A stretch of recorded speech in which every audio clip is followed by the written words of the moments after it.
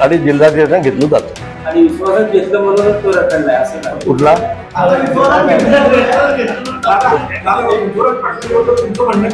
करायचं असं कधी काय सांगितलं नाही. 11च्या आधीच्या जवळजवळ मला वाटतं 70,000 घर आहेत.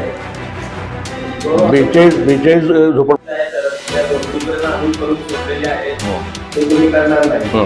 नाले जे आहे ते पाणी सिटीमध्ये वाहून जाण्यासाठी ते होणार सगळं कसे होणार ते होईल ना. ते आम्हाला लागेल तुम्हाला.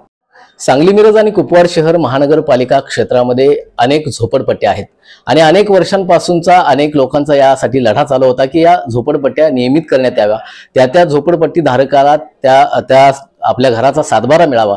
परंतु सांगलीचे कार्यसम्राट आमदार सुधीरदादा गारगीळ यांनी अथक परिश्रम करून नुकतंच याबाबत एक योजना जाहीर केलेली आहे. ही नक्की काय आहे आणि या संदर्भात कोणती भूमिका ते घेत आहेत या संदर्भात आपल्याशी बोलणार आहेत सुधीरदादा गारगीळ. नमस्कार. नमस्कार.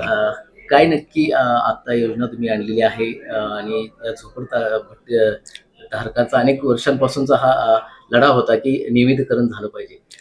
काल आदरणीय महसूल मंत्री बावनकुळे साहेबांच्या दालनामध्ये काल गुंठेवारी आणि झोपडपट्टी ह्या विषयावर एक बैठक झाली. त्या बैठकीला ज्यांनी कालच चार्ज घेतला आहे त्या खात्याचे ACS खरगे साहेब पण हजर होते. तसेच महाबळेश्वर क्षेत्रातले त्यातले जाणकार हनुमंतराव पवार, सुजित काटे, रवी सदापते हे उपस्थित होते. आणि गुंठेवारीचा विषय निघाला. गुंठेवारी नियमितीकरण करण्याचा जो विषय होता त्याच्यामध्ये त्यांनी महाराष्ट्र शासनाने तो परवा अनाऊन्स केला आहे की ज्यांची गुंठेवारी आहे त्याला त्यांच्या नावाचे पट्टे पुढच्या काळात मिळणार आहेत. त्याची एक महिनाभरामध्ये महसूल खात्याकडनं एक SOP तयार होईल. त्या SOP प्रमाणे महापालिकेने हा प्रस्ताव शासनाला पाठवून त्याप्रमाणे ते गुंठेवारी नियमितीकरण घ्यायचं आहे. त्यांच्या नावाने त्यांच्या मालकीचे पट्टे त्या लोकांना मिळतील. तसेच ज्या झोपडपट्ट्या सरकारी जागेवर आहेत 2011 आधीच्या त्या सर्व झोपडपट्ट्या त्याचं नियमितीकरण होणार आहे.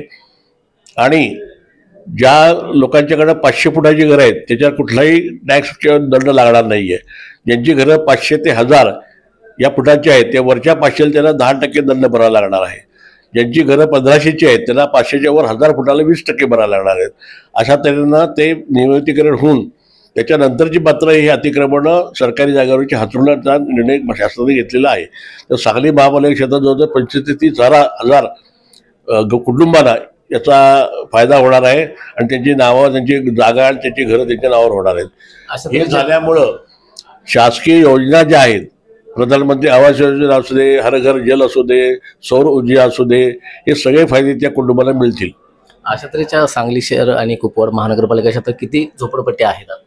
घोषित 42 झोपडपट्ट्या त्या महापालिका क्षेत्रामध्ये आहेत.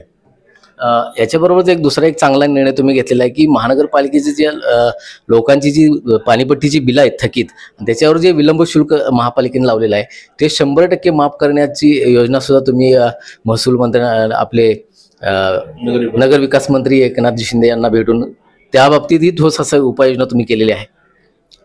2023 पर्यंत जे प्रस्ताव महापालिकेने पाठवलेला होता त्याच्यामध्ये 43 कोटी पाणीपट्टी आणि 20 कोटी अंदाज सांगतोय मी, थोडा पुढं बघा असेल की व्याज, असं ते 63 कोटी थकबाकी होती. शासनाने निर्णय घेऊन मुख्यमंत्री साहेबांना मी तो विषय सांगून त्यांनी आता निर्णय 2-3 दिवसाचा GR निघेल की वरची जी व्याज आणि दंड आहे हे 100% माफ करून 43 कोटी रक्कम ही 100% एक रकमी लोकांनी भरली तर त्यांना दंड आणि व्याज माफ मिळेल आणि आपल्या सामान्य नागरिकांना त्यामुळे दिलासा मिळेल.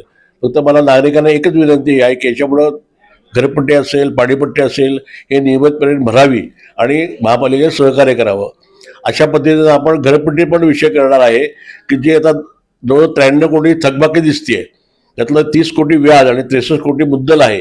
तो पण प्रस्ताव आपण पाठवून ते पण आपण निर्णय करून घेऊ शासनाकडनं आणि ते जवळ 63 कोटी वसूल झाले तर महापालिकेला विकास कामं करण्यासाठी चांगला निधी उपलब्ध होईल. नक्कीच या निमित्तानं 2011 पूर्वीच्या ज्या काही झोपडपट्ट्या आहेत सांगली मिरज आणि कुपवाड शहर महानगरपालिका क्षेत्रातल्या त्या सर्व झोपडपट्ट्या आता नियमित होणार आहेत. त्या झोपडपट्टी धारकाला त्याचा खास असा सातबारा मिळणार आहे, त्यांच्या नावावर ती जागा होणार आहे. आणि त्याचबरोबर महानगरपालिका क्षेत्रातील नागरिकांची ज्यांची पाणीपट्टी थकीत आहे आणि त्या थकीत बिलावर जो काही विलंब शुल्क लावलेला आहे, असा 19,66,00,000 रुपयांचा विलंब शुल्क या निमित्तानं सुधीरदादा गाडगीळ यांच्या प्रयत्नातून माफ झालेला आहे. आणि नागरिकांनी या निमित्तानं आपापली बिलं ताबडतोब महानगरपालिकेला भरावेत आणि महानगरपालिकेला सहकार्य करावं, अशा तऱ्हेचं आवाहनही आमदार सुधीर गाडगीळ यांनी केलंय. मोहन राजमाने, नवराष्ट्र न्यूज, सांगली.